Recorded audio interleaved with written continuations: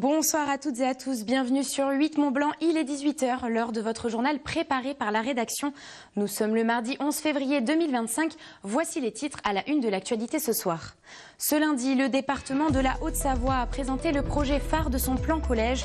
Ce dernier concerne la rénovation du collège du Parmelan à Groisy, qui s'accompagne aussi de la reconstruction d'un autre établissement. Et puis nous irons découvrir un autre chantier côté Savoie, celui de la chapelle de la Fondation du Bocage. Cet édifice érigé par Camille Costa de Beauregard est entièrement rénové à l'approche de sa béatification en mai, nous le verrons.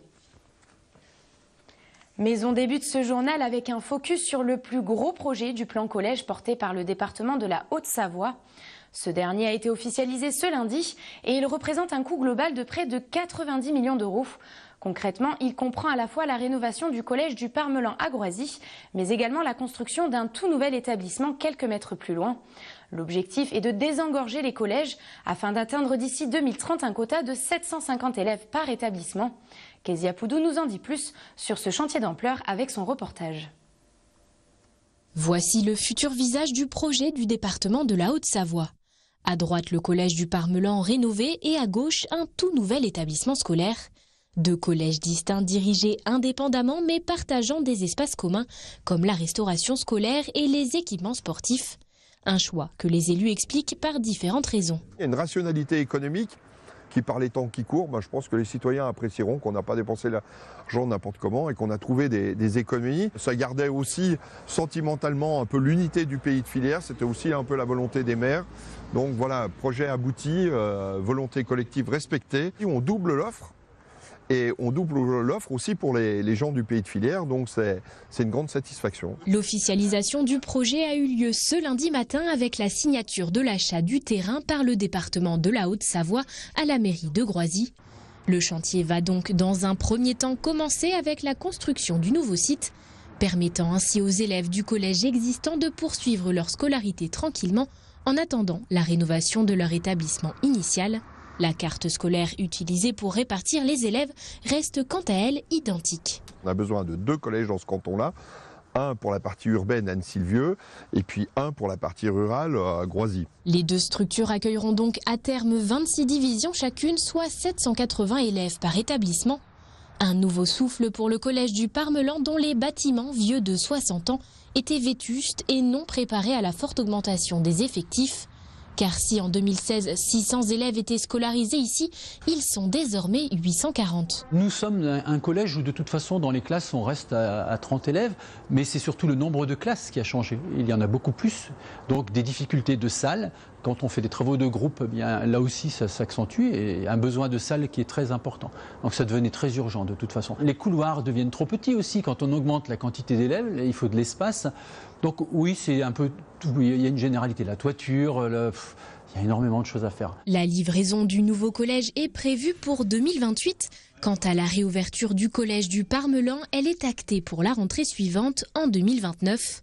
Des dates qui marqueront la fin du plus grand projet du plan collège du département de la Haute-Savoie, un chantier qui représente près de 90 millions d'euros.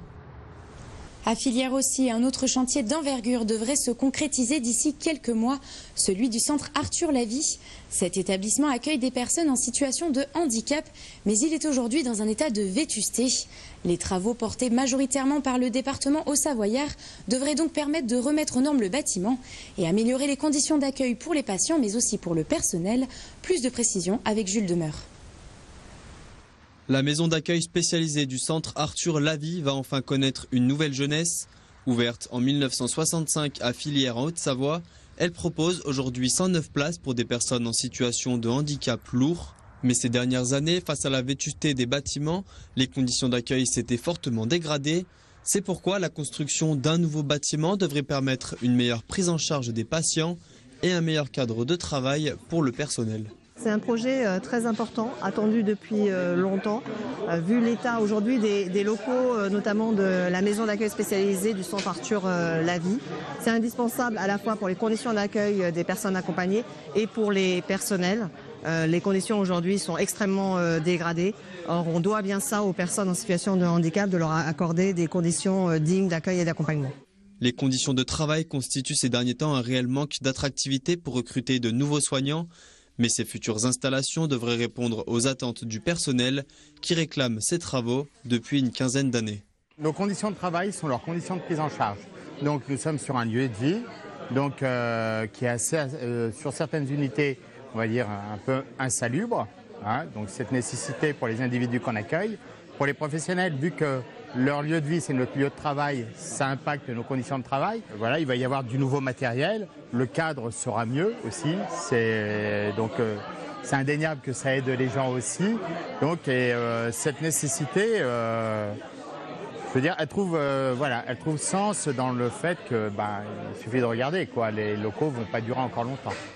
Pour présenter le futur projet, le département a choisi la date anniversaire des 20 ans de la loi Chirac sur l'égalité des droits et des chances des personnes en situation de handicap. De quoi renforcer son engagement, car les futurs travaux devraient marquer un tournant pour le centre Arthur Lavie, même si l'identité du site sera toujours la même.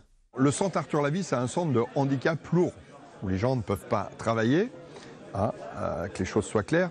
Par contre, on a toujours tenu à ce que ça soit une maison ouverte. Voilà, c'est une maison dans laquelle, quand vous traversez Torrent, vous voyez des résidents au bras d'accompagnants qui se promènent dans ce village, qui a la chance d'avoir un seuil relativement plat. Et j'allais dire qu'ils font partie intégrante de la vie du village. Donc les gens qui me parlent d'inclusion, voilà, ça n'a jamais été une maison d'enfermement, ça a toujours été une maison ouverte. Et l'avenir, il est toujours de continuer ce que nos anciens nous ont légué, tout simplement. Les travaux devraient commencer dans les prochains mois pour une livraison dans 2 à 3 ans. Ce projet est estimé à près de 40 millions d'euros, majoritairement financé par le département de la Haute-Savoie. Vous avez dû le remarquer, les chantiers sont nombreux en ce début d'année et la Savoie n'échappe pas à la tendance. Ce soir, nous nous rendons à la chapelle de la Fondation du Bocage à Chambéry, qui fait également l'objet depuis fin 2024 d'une vaste rénovation. Toiture, menuiserie, mais aussi peinture, l'édifice est totalement remis aux normes pour assurer sa sécurité et son accessibilité. Ces travaux ont aussi la particularité de s'inscrire dans un contexte religieux bien particulier, celui de la béatification prochaine de Camille Costa de Beauregard, une figure religieuse emblématique et fondateur du Bocage. Tout de suite, les explications avec ce reportage. Difficile de la reconnaître sous cet échafaudage. Mais dans quelques jours, cette chapelle chambérienne du 19e siècle sera comme neuve. Depuis novembre, la Fondation du Bocage a entamé un vaste chantier de rénovation. Des travaux inscrits dans un contexte religieux exceptionnel pour cette bâtisse érigée par l'abbé Camille Costa de Beauregard, figure emblématique locale. Nous avons choisi en conseil de direction et proposé au conseil d'administration d'honorer la figure de Camille Costa de Beauregard en dédiant l'année 2025 à sa figure. Et donc c'est ce qu'on a appelé l'année Camille. En fait, on a été un peu provoqué par les événements puisque le pape François a décidé le 14 mars de béatifier Camille Costa de Beauregard et la date du 17 mai 2025 a été fixée pour cet événement. C'est à la cathédrale de Chambéry que se tiendra la béatification. Mais la chapelle accueillera, elle, les reliques de Camille Costa de Beauregard. Toiture, peinture, menuiserie, au total près de 500 000 € sont donc nécessaires pour sa rénovation. Celle-ci a d'ailleurs permis de dévoiler l'ancien plafond étoilé.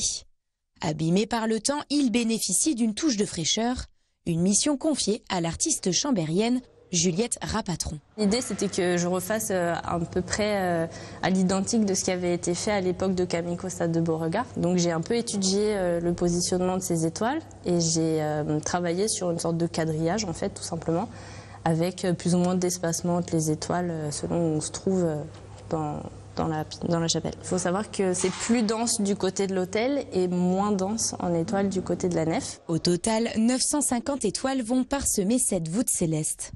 Et le petit plus de l'opération, celles-ci sont personnalisées. Dans chacune d'elles, tous les particuliers ayant effectué un don pour la rénovation ont désormais une étoile à leur nom ou celui d'une personne qui leur est chère. Et là encore, carte blanche est donnée à l'artiste. L'idée, c'était de choisir un feutre, donc des feutres acryliques, d'un jaune un peu plus clair que le jaune de l'étoile, pour que ça fasse comme un petit trait de lumière dans l'étoile et qui donne un peu ce volume finalement aux étoiles. C'est pour donner du relief. Donc l'idée c'est d'écrire sur une seule ligne pour voilà, paf, avoir un petit éclat dans l'étoile. Le 16 février prochain, c'est à l'occasion d'une messe exceptionnelle dans le cadre de l'émission Le Jour du Seigneur que seront inaugurés ce ciel étoilé et la chapelle flambant neuve. Nous sommes arrivés au terme de ce journal. Merci de votre intérêt pour l'information sur notre antenne. Juste après, place à la météo présentée par Thierry Paulme. Et on se donne rendez-vous demain à 18 h pour un nouveau tour d'horizon de l'actualité locale. Excellente soirée sur 8 Mont Blanc.